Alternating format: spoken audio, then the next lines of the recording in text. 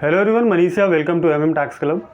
Income tax department salaried person को different exemptions and deductions allow करती है for computing the total income for income tax. क्योंकि बहुत सारे जो सैलरीड पर्सन है वो उनका बुक्स ऑफ अकाउंट्स मेंटेन नहीं होता, उनका कोई ऑडिट नहीं होता है और ना ही उनको जो एग्जाम्पशंस एंड डिडक्शंस है उसके प्रूफ्स वगैरह सबमिट करने होते हैं। रिटर्न के अंदर आप जस्ट डिक्लेयर करते हैं कि हमारा ये इनकम एग्जाम्पशंस एंड डिडक्शंस है और आप अपना रिटर्न फाइल करते हैं। एम्प्लॉयर को जो टीडीएस डिडक्ट करते हैं तो एम्प्लॉयर को आपको डिडक्शंस एंड एग्जाम्पशंस के प्रूफ्स सबमिट करने होते हैं।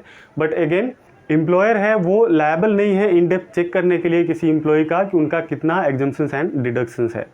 तो ये बहुत सारे केसेस ऐसे होते हैं जहाँ पे fake deductions and exemptions employee claim कर लेते हैं इनकम टैक्स के अंदर एंड उनको बाद में कंसिक्वेंसेस फेस करने होते हैं, इंटरेस्ट एंड पेनाल्टी पे करना होता है वो डिडक्शन एंड एग्जाम्पशंस के ऊपर जो उन्होंने क्लेम किया है और इनकम शो नहीं किया है। एग्जाम्पशंस में बहुत सारे जो एग्जाम्पशंस है अलाउंस मिलते हैं as part of CTC. Employer बहुत सारे अलाउंस देते हैं, house rent allowance, leave travel allowance and different thing. Important allowance है हाउस रेंट अलाउंस जो नॉर्मली सारे एम्प्लॉय को लगते हैं। अगर वो रेंटेड एकोमोडेशन में रह रहे हैं तो अगर एम्प्लॉयर अलाउंस दे रहे हैं तो उनको डिडक्शन मिल जाता है वो अलाउंस का। हावेवर जो डिडक्शंस है वो फिक्स नहीं है कि जो एम्प्लॉयर अलाउंस दे रहा है वही डिडक्शन मिल जाएगा। उसके डिफरेंट कंडीशंस है, वो सेटिस्फाई करने के बाद जो अमाउंट आता है वो अमाउंट उनको अलाउ किए जाते हैं। रिसेंटली एक केस आया है जिसमें इनकम टैक्स डिपार्टमेंट ने ऐसे 8 to 10,000 केसेस डिटेक्ट किए हैं जिसमें उनको मिला है कि जो एम्प्लॉय है वो फेक एचआरए का क्लेम किया है इनकम टैक्स रिटर्न फाइल करते टाइम और उन्होंने इनकम टैक्स रिफंड लिया है या जो भी उनका टैक्स की लायबिलिटी बन रही थी वो टैक्स की लायबिलिटी उन्होंने नहीं भरा है। ये केस आया था तब जब इनकम टैक्स डिपार्टमेंट ने, अथॉरिटी ने ड्यूरिंग स्क्रूटनी ये आइडेंटिफाई किया था कि एक टैक्स पेयर का कि जिन्होंने 1 करोड़ रुपीज़ का एचआरए डिडक्शन क्लेम किया था, एचआरए का एग्जाम्पशन क्लेम किया था 1 करोड़ रुपीज़ का, और उन्होंने जिसका पैन दिखाया था जिसको रेंट पे कर रहे थे, एक्चुअली वो जो पर्सन है जो पैन होल्डर है उसको पता ही नहीं था कि ये हमारे को कोई रेंट आ रहा है। तो फेक पैन के ऊपर उन्होंने दिखाया था कि ये पर्सन को हम रेंट पे कर रहे हैं रेसिडेंशियल एकोमोडेशन के लिए। और ऐसे बहुत सारे केसेस होते हैं जहाँ पे ये आता है। फर्स्ट जो केस यहाँ पे आइडेंटिफाई किया डिपार्टमेंट ने 1 करोड़ का, जहाँ पे वो फेक एचआरए था, या और भी केसेस आइडेंटिफाई करना उन्होंने स्टार्ट किया एंड देन उन्होंने देखा कि बहुत सारे ऐसे केसेस हैं जहाँ पे फेक पैन के ऊपर वो एचआरए डिडक्शन क्लेम करते हैं। जब भी आप रिटर्न फाइल करते हैं तो आपको वो दिखाना होता है कि कौन से पर्सन को आप रेंट पे कर रहे हैं एंड उनका जो पैन नंबर डिटेल्स प्रोवाइड करना होता है इनकम टैक्स रिटर्न के अंदर जिसको भी आप दे रहे हैं। अभी एज ऑफ नाउ 8 to 10,000 जो केसेस है वो डिपार्टमेंट ने डिटेक्ट किए हैं जहाँ पे ये फेक पैन के बेसिस पे एचआरए क्लेम किया है।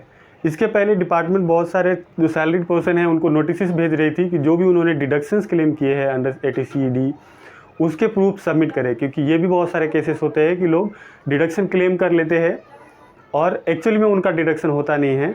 तो ये जो सारे केसेस है वो रिटर्न फाइल करने के पहले आपको देखना चाहिए और जो एक्यूरेट आपका डिडक्शन एंड एग्जाम्पशंस बन रहा है वही आपका क्लेम करना चाहिए। इन केस अगर आप proper deduction and exemptions claim नहीं करते हैं तो वो केस में अभी जो आपकी टैक्स की लायबिलिटी आएगी उससे ज़्यादा अमाउंट पे करना पड़ेगा with interest and penalties. Now HRA की बात हो रही है तो हम देख लेते हैं इनकम टैक्स के अंदर क्या प्रोविज़न है एचआरए अलाउंस का, कितना अमाउंट अलाउ होता है, क्या पूरा का पूरा अमाउंट अलाउ होता है या फिर नहीं होता है। इनकम टैक्स एक्ट के सेक्शन 10 सबसेक्शन 13A बात करता है for exemption of house rent allowance.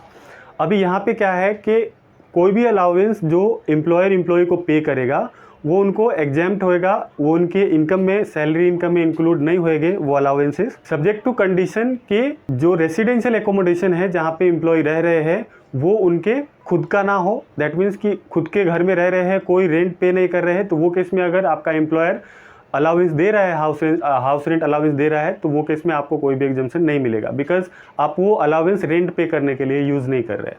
दूसरा केसेस अगर किसी दूसरे ओन्ड सेल्फ ओन्ड हाउस नहीं है, किसी दूसरे के घर में ही रह रहे हैं बट उसके लिए कोई भी रेंट पे नहीं कर रहे हैं, तो वो केस में भी आपको जो एचआरए का अलाउंस है वो अलाउ नहीं होता है। तो फर्स्ट जो 2 कंडीशन है जहाँ पे सीधा सीधा आपको अलाउ नहीं होता है वो है अगर आप सेल्फ ओन्ड रेसिडेंशियल एकोमोडेशन है आपका तो वो उसमें नहीं मिलेगा, किसी दूसरे रेसिडेंशियल एकोमोडेशन में है और आप रेंट ही पे नहीं कर रहे तो वो केस में आपको एग्जाम्पशन नहीं मिलता है। केसेस जहाँ पे कि आप रेसिडेंशियल एकोमोडेशन में है और आप रेंट पे कर रहे हैं, तो वो केस में भी डिफरेंट सिचुएशंस है, डिफरेंट कंडीशन है, और वो कंडीशन के हिसाब से आपका जो फिगर है हाउस रेंट अलाउंस का वो अलाउेबल होता है फॉर एग्जम्पशंस। नाउ ये 3-4 कंडीशंस है जिसमें लीस्ट अमाउंट जो होगा वो अलाउ होगा for house rent allowance. First जो अमाउंट है वो एम्प्लॉयर ने कितना HRA का अलाउंस आपको दिया है वो एक फिगर। दूसरा figure rent paid in excess of 10% of your salary, आपका जो सैलरी है उसका 10% से ज़्यादा कितना रेंट आपने पे किया है वो एक फिगर। देन दूसरा एक फिगर है 50% and 40% of your salary depending on the area you are living in. अगर मुंबई, दिल्ली, कलकत्ता, मद्रास ये सारे सिटीज़ के अंदर आप रह रहे हैं तो वो केस में आपका 50% का सैलरी, या फिर अदर सिटीज़ में आप रह रहे हैं तो वो केस में आपका 40% का सैलरी। तीनों में से जो लीस्ट फिगर होगा वो आपका एग्जैम्प्ट होता है as a house rent allowance. 3 figure हो गए। फर्स्ट 2 कंडीशन है कि अगर खुद के घर में रह रहे हैं तो एग्जम्पशन नहीं मिलेगा। सेकेंड कंडीशन था कि अगर दूसरे के घर में रह रहे हैं पर कोई रेंट ही पे नहीं कर रहे हैं तो कोई भी एग्जम्पशन नहीं मिलेगा।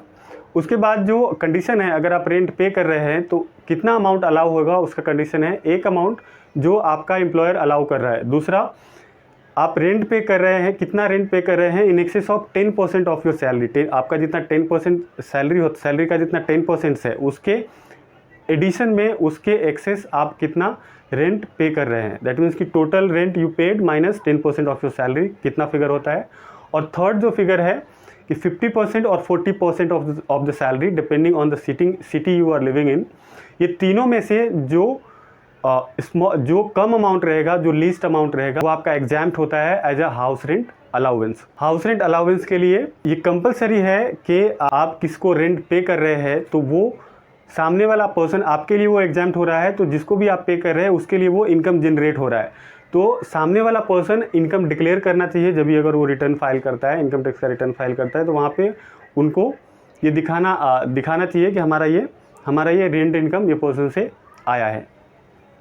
इवन बहुत सारे ऐसे केसेस होते हैं जहाँ पे जो एम्प्लॉय है वो पेरेंट के साथ रह रहे हैं, तो वो केस में भी उनको पेरेंट के साथ एक एग्रीमेंट बनाना होता है कि हम आपको इतना रेंट पे कर रहे हैं, और वो जो भी अलाउंस क्लेम कर रहे हैं HRA का उतना रेंट इनकम उनके जो पेरेंट्स हैं उनको शो करना होगा अपने टोटल इनकम में कि हमने इतना रेंट इनकम रिसीव किया है।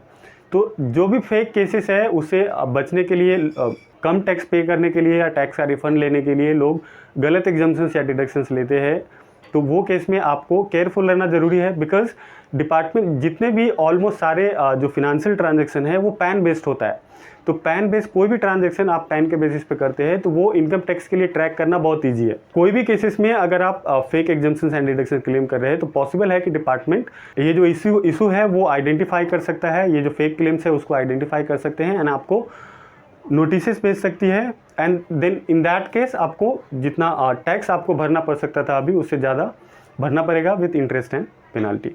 आई होप वीडियो हेल्पफुल रहेगा। So thanks for your time. Please share this video and subscribe my channel.